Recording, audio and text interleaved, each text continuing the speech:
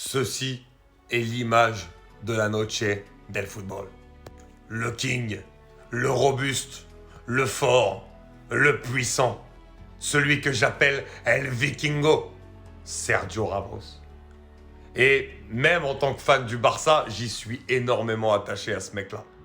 Sergio Ramos, pour moi, c'est un des joueurs qui représente le plus la mentalité de la gagne. Ce que c'est que le sens du sacrifice sur un terrain de football. Et il l'a montré au Real Madrid. Ce que c'est qu'aussi, vraiment, le sens de montrer la rivalité avec l'adversaire. Comme ça a été le cas avec le FC Barcelone et également avec tous ses adversaires, notamment l'Atlético Madrid. En parlant de l'Atlético Madrid, regardez ce que s'est fait tatouer Sergio Ramos. 93. Alors non, c'est pas le 93 en France. 93 parce que 93, c'est la 93e minute.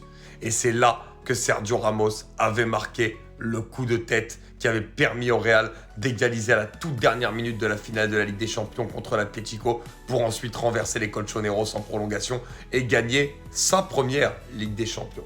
Sergio Ramos qui a signé, les amis, vous le savez, au Mexique, du côté du club de Monterrey. Il jouait un de ses premiers matchs aujourd'hui et il a marqué. On sait que Sergio Ramos est un des défenseurs qui a le plus grand nombre de buts dans l'histoire du football pour un joueur de son poste.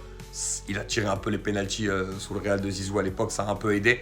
Mais ce qu'il faut dire, c'est qu'il a encore marqué un but. Il était resté haut suite à un corner qui avait été dégagé. Le ballon est revenu, centre, et il a marqué une tête plongeante. La célébration avec le public était exceptionnelle. Franchement, comment dire que même voilà, les petites dernières minutes qu'on peut profiter de Ramos sur un terrain de foot, il faut en profiter parce que la hargne, la grinta et sa combativité, il les a toujours.